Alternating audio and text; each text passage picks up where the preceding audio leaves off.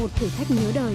Chuyến đi đầu tiên không có mẹ, những chiếc camera và micro được giấu kỹ đã ghi lại cho chúng ta thấy sự thông minh nhanh nhẹn của những đứa trẻ, những thời khắc phản ứng bất ngờ, những giọt nước mắt, những nụ cười của những đứa trẻ khi chúng tự trải qua một thử thách lớn trong đời, để chứng tỏ dù 3 hay 5 tuổi thì chúng con đã lớn khôn theo một cách đặc biệt.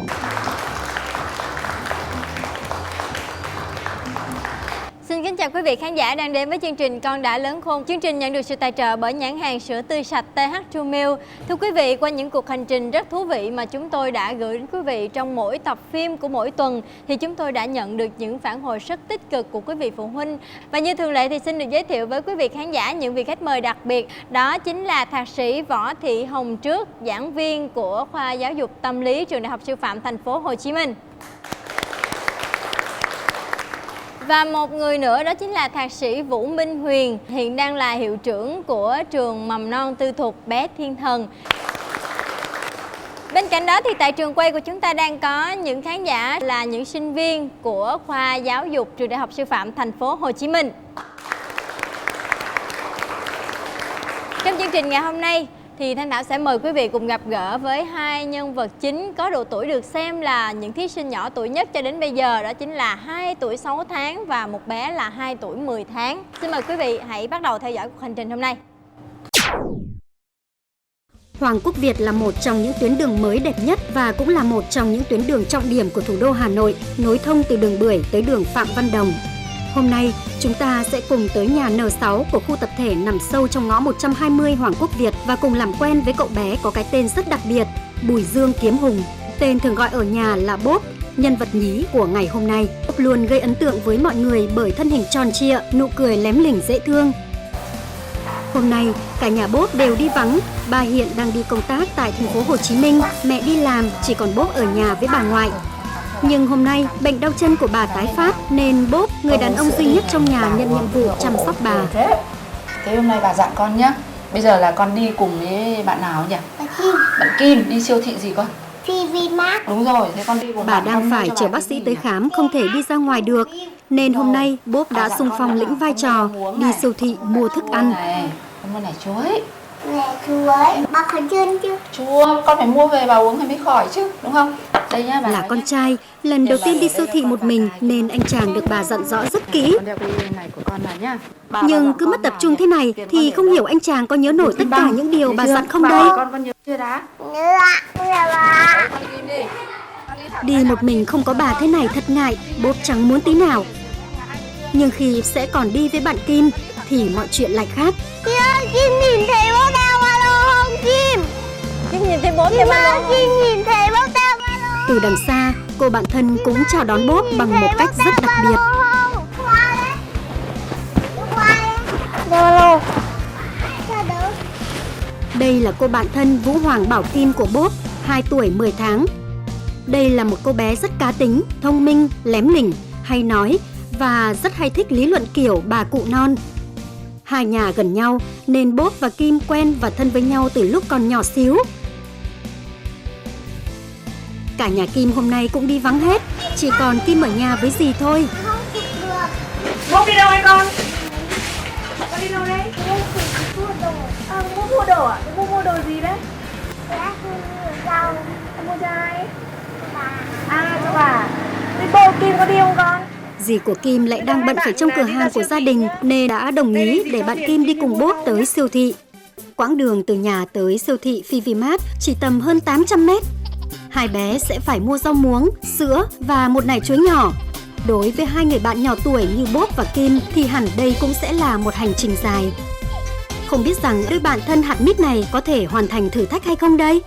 Ấn tượng đầu tiên của em về cậu bé Bốp này là một gương mặt rất là sáng, đôi mắt rất là thông minh. Khi được bà nhờ như vậy thì không ngần ngại đã nhận lời liền. Nhưng các chị có e ngại là thử thách này dành cho hai bé thì có quá khó không? Bà cũng nhiều lần dắt Bốp đi siêu thị cho nên ở lần đây này giống như là một chỗ rất là quen, giống như là chợ gần nhà của Bốp vậy đó. Không biết là cuộc hành trình ngày hôm nay sẽ có những điều gì làm cho chúng ta cảm thấy ấn tượng thì bây giờ xin mời quý vị xem tiếp ạ. Có cái gì không? Hả? Kim làm gì vậy? Bố làm gì vậy Kim? Không buồn. Đi ở ngày Kim. Vạn sự khởi đầu nan, hai bạn nhỏ gặp phải chướng ngại vật đầu tiên.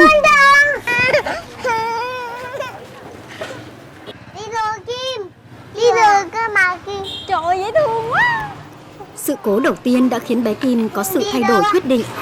Kim về làm gì á? Để cháu lại. Sao con? Sao con đi con lại về? Con không. Con không muốn đi mà. Thôi thì cứ ngồi đây đợi gì đi cùng cho chắc. Trong khi đó, Bốp lại có ý nghĩ khác. Kim chở Bốp đi nào. Kim chở Bốp đi nào. Kim. Đây, cô tách ra. Đây chị xem này đi. Hai bạn sẽ đi à? Chị đèo con đi. Chị đèo con đi ấy. Em ở cái ghế. Vâng, chị ngồi đây, chị đợi chị. Ý định là chờ dì cùng đi, nhưng khi thấy dì bận rộn bán hàng liên tục, Kim quyết định lại tiếp tục lên đường. Lên đây rồi chở đâu. Nhưng mà nặng nằm đợi đi. Nặng đợi đi. Nặng vậy thì mình đi bộ vậy nhé. Lấy bình cứu hỏa. Em xin lấy bình cứu hỏa. Từ nhỏ Bốp đã rất mê bình cứu hỏa, mong lớn lên làm công an phòng cháy chữa cháy Đây đó. thôi. Đâu buồn đâu bố. Đâu còn không còn đồ ăn. Với ngôn ngữ khó hiểu thế này thì đúng là chỉ có cậu bạn thân Bốp mới hiểu được Không thôi. đi đâu. Đi chơi. Đi chơi đâu. Đi kẻ chứ thì. Mình đi chợ thôi. Mình đi chợ thôi. Mình đi mua rau mùng về ba ơi. Chủ đề của những câu chuyện cứ thay đổi liên tục. Loa thôi Giờ chứ. đối tượng lại là cái loa phường. Sánh đường thôi chứ. Nó không kêu gọi nữa rồi. Nó chỉ bé dùng cung Đông Bắc thôi. Hồi bé tớ bị gió Đông Bắc cắn ở chỗ này. Tớ phải dám banh dính. Bây giờ em đã còn rồi. Anh đã ví dụ cọc em chưa? Anh chưa đọc em thì em sẽ luôn mà học anh. Thôi thiếu. Đi nữa cùng tàu vào nhau. Thôi thiếu. Đi nữa cùng tàu vào nhau. Đi lên. Không ở dễ kia. Chẳng ai dắt. Tớ lại dắt cậu. Trời ơi, dễ thương quá. Nó trồng rau đợt gần đây. Bắt bút tay là nhắc bút tay này. Tay này có bắt tay không? Đường bẩn thế gì mà. Đường không bẩn đâu. Đường chỉ nhiều cát gì thôi. Dưới đây nhiều cây thế gì mà. Nó đi buồn đôi rồi. Nó không sợ gì đâu. Mà chẳng thấy mẹ đâu. Mẹ tớ đi làm tớ phải đi với Bốp đấy. Bốp thấy Kim giỏi không? Xuất khẩu thành thơ hẳn hoi đấy nhé. Bắt tớ thì sao? Tớ không tin vào mình. Mẹ mình bắt tớ, mẹ mình dám đâu. Cậu ơi là cậu.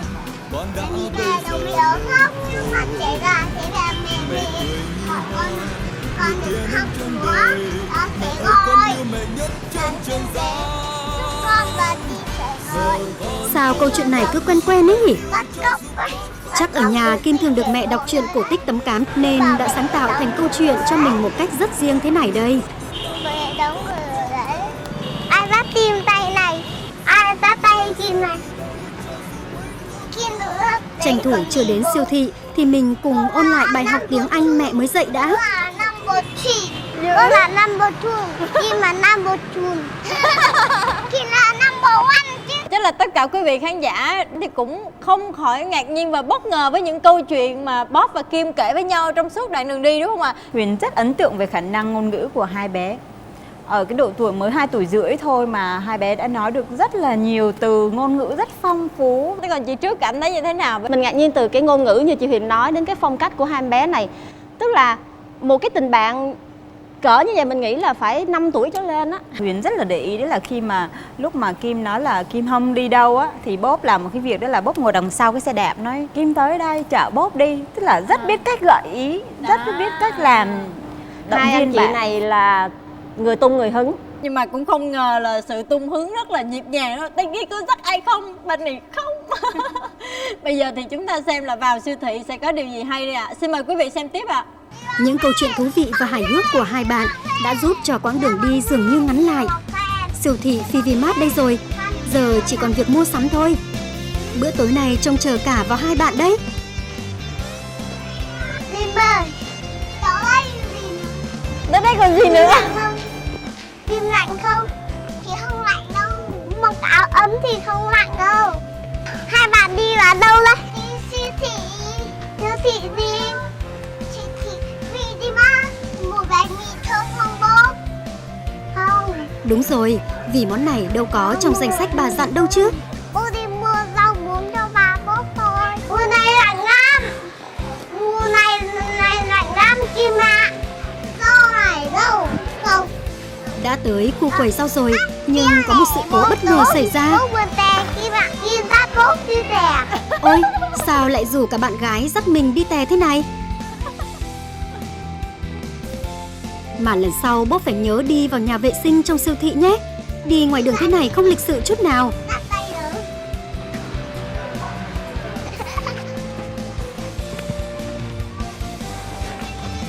Kim đừng nghịch.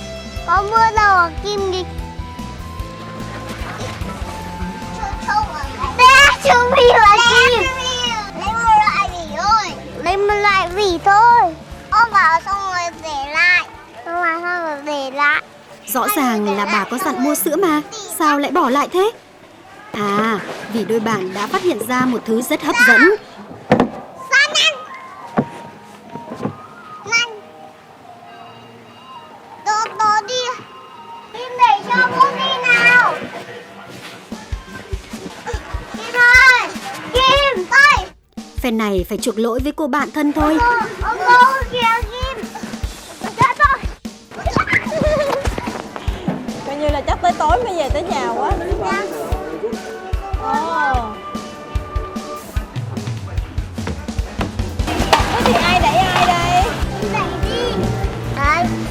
Có vẻ như hai bạn mải chơi nên đã quên mất nhiệm vụ mua hàng rồi. Ôi, Mình không đi xe này lái á. Đó đi. Bố ơi. Ba. Lấy nhiều nữa. Sao để vào đây? Mà không hiểu Kim giận gì bố hay sao mà cứ bỏ đi đâu ấy.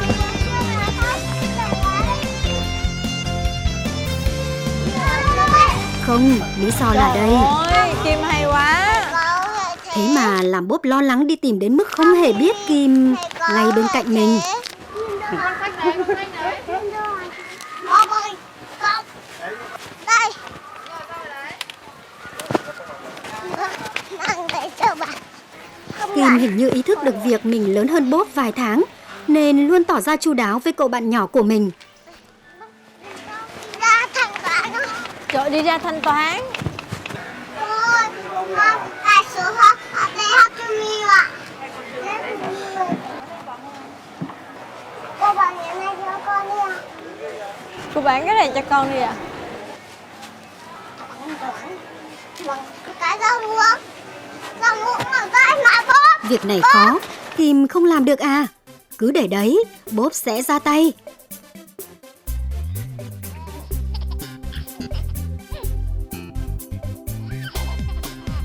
Chỉ là chuyện nhỏ thôi mà. Nhưng với những thứ ở trên cao thế này thì bốp cũng đành chịu thua thôi Kim ạ. Rất may cô nhân viên siêu thị đã kịp thời xuất hiện. Vậy là việc mua sắm đã hoàn tất. Mau thanh toán rồi trở về nhà thôi. Để đây. Bạn Kim có vẻ chẳng hứng thú chút nào với khâu thanh toán này.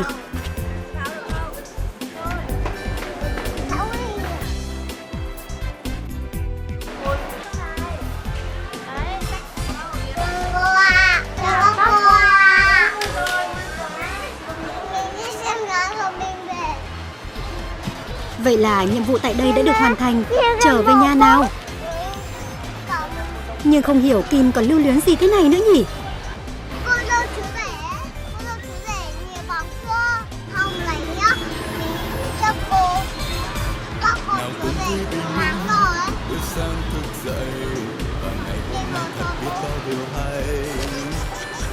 Việc phân công xách đồ cho công bằng cũng không là một vấn đề đơn giản.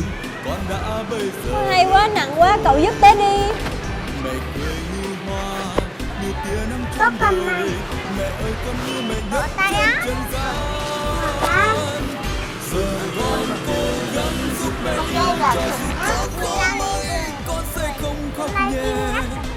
Kim luôn tỏ ra là một cô nàng đảm đang, chu đáo và rất chiều bạn bốp. Nhưng không được, Bốp là con trai cơ mà.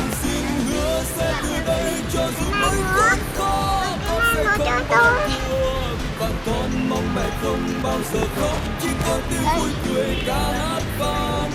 Chị đang sắp xếp xem như thế nào. Cầm thì cầm cả mà Bốp cũng trao cả.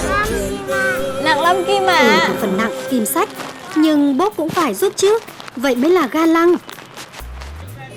Với trẻ con chúng mình thì khi bước ra bên ngoài một mình, cái gì cũng là điều lạ lẫm, thú vị cần khám phá.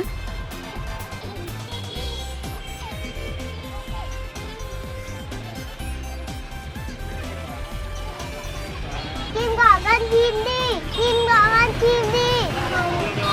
Nó không ngủ. Một câu trả lời rất dứt khoát. Ngay cái chỗ này thì lại càng làm cho em cảm thấy ngạc nhiên hơn. Em thì em đoán trong đầu là thí dụ như là vừa thấy cái xe này thì Kim sẽ quay qua là Bốp ơi mua cho Kim đi, hay là Bốp thì sẽ nói là Kim ơi đừng có nghịch, đúng không ạ? Nhưng mà hoàn toàn khác với những cái gì mà em tưởng tượng. Huyền rất là ngạc nhiên ở cái điều này, bởi vì thông thường á mấy bé sẽ có một cái thói quen, đấy là khi mà gặp đồ chơi hoặc là những cái đồ mà mình yêu thích thì rất là muốn được sở hữu cái món đồ đó, và nói không với em bé là một điều vô cùng khó với các ông bố và bà mẹ. Cái này thật sự là cũng do cách giáo dục của bố mẹ, đúng không ạ? Đôi khi mà tới mỗi một quầy đồ chơi nào mà con đòi mình cứ mua như vậy thì vô hình dung là tạo cho bé một cái thói quen là khi thấy đồ chơi là bắt buộc phải mua. Và nếu như bố mẹ không mua thì con sẽ có rất là nhiều cách để ăn vạ. Nhưng mà ở đây Bốp và Kim thì đều có một cái thói quen rất là tốt, biết là không nên mua. Bây giờ thì rời khỏi quầy đồ chơi, chúng ta hãy xem tiếp là có điều gì hấp dẫn Kim và Bốp trong chặng đường quay trở về nhà không nhé.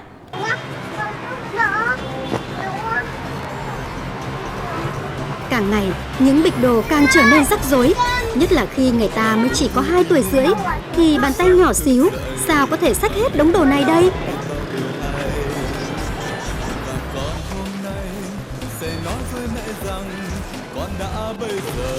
Bữa này không cho được.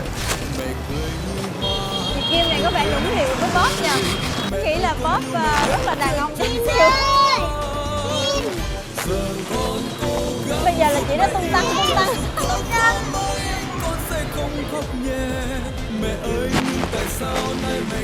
Bốp rất là trách nhiệm. Bốp rất là dễ thương. Không, mình để ý từ đầu đến bây giờ đã rất trách nhiệm. Cư xử rất là con trai nha.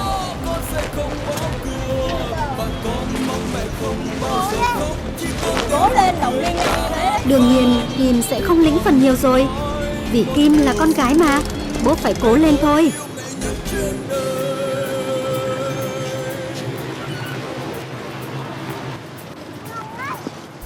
Mặc dù tỏ ra khá thờ ơ, nhưng ngay khi Bốp gặp rắc rối lớn thì Kim cũng không thể làm ngơ. Về tới nhà chắc là muốn ăn chừng 2 cọng một chú chắc giặt hết quá. Khóc rồi. Khó khăn rồi, lại gặp khó khăn rồi. Ôi trời ơi, thương quá. Nào cùng vui bình minh buổi sáng. Và còn hôm nay sẽ nói với Cái ôm của Kim quả là có hiệu quả rất mãnh liệt. Mọi rắc rối dường như đã được giải quyết. Mà đôi bạn nhỏ lại rẽ đi đâu thế kia?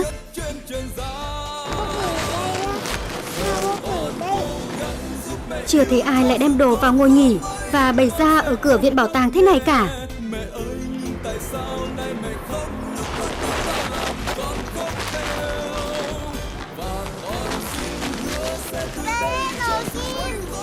Đống đồ đạc trên tay Bốp khá lỉnh kỉnh, đã gây khó khăn cho cậu bé rất nhiều.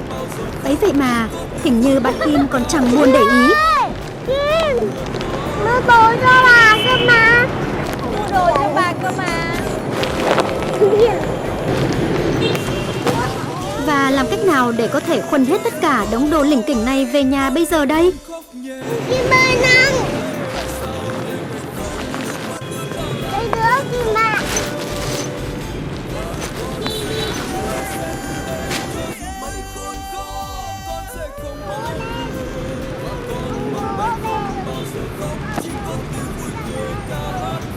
Chẳng ai chịu xách phần nặng và nhiều hơn cả.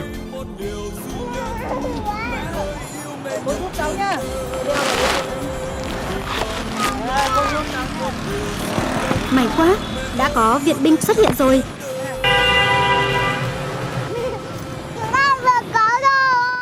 cô còn tư vấn cho Bob và Kim một cách rất hay để vượt qua khó khăn. Bé này cầm cục quai, bé này cầm cục quai. Con cầm cục quai đi. Đấy, đi đi. Đi đi. Wow. Rất giỏi, biết cảm ơn Vậy cô. là hòa bình đã trở lại với đôi bạn thân rồi.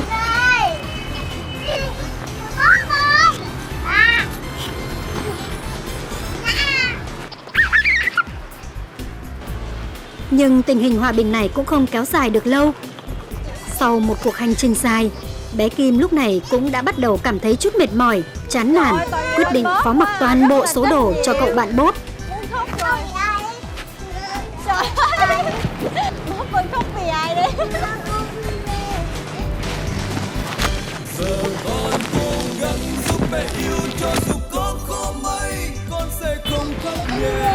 Mẹ ơi, tại sao nay mẹ khóc, nước mắt ướt đã làm Mệt mỏi, nản chí, có vẻ như đôi bạn thân đã bỏ lại túi đồ ở phía sau để đi về. cho dù mấy khốn khó, con sẽ không bỏ cuộc và con mong mẹ không bao giờ khóc, chỉ có tiếng vui cười ca hát vang vì con muốn nói.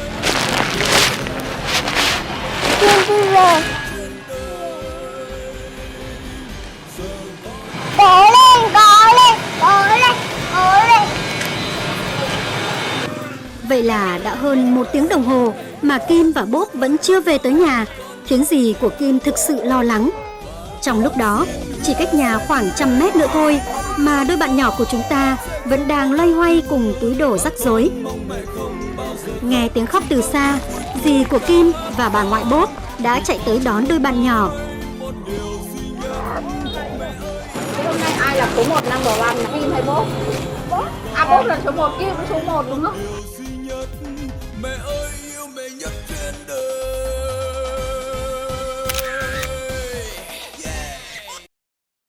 Thực ra thì chỉ duy nhất ở cái khoảnh khắc là khi Bob và Kim được dì với bà ngoại ôm vào lòng thì em mới cảm nhận đây là hai đứa bé. Rất là cảm động khi mà xem những cái thước phim gần cuối cùng của cái clip này. Chúng tôi cũng muốn nói một lời cảm ơn rất là đáng yêu dành tặng riêng cho Kim và Bob, bởi vì chính bản thân hai bé này, những hành động, những cách cư xử của các bé cũng đã nói lên hộ cho những người thực hiện chương trình nỗi băn khoăn lo lắng của những phụ huynh khi mà thả tay con ra một lần thử xem. Và tất cả những cái điều này quý vị thấy không, khi con rời xa vòng tay bố mẹ, biết đâu con sẽ trưởng thành như vậy và con đã khôn lớn lên. Một lần nữa xin được cảm ơn nhãn hàng sữa tươi sạch TH2 Milk đã luôn đồng hành cùng chương trình Con Đã Lớn Khôn. Cảm ơn sự quan tâm theo dõi của quý vị khán giả. Xin được chào tạm biệt quý vị và hẹn gặp lại. Chị muốn cũng xem là con mình có khả năng đến đâu mà mẹ. chị cảm thấy là khi các bé mà hoàn thành công việc thì thấy rất vui và bất ngờ. Cũng không ngờ là hai bé lại hoàn thành được công việc mà bà giao cho, và cũng thấy xúc động khi nhìn thấy các con mướt mát mồ hôi trở về, rất là vui. Khi mà nhìn thấy cháu về mồ hôi mướt mát thì rất là thương, xúc động. Thấy đây là một chương trình rất là bổ ích mà muốn cho con mình được thử sức nên mình đã quyết định cho cháu tham gia.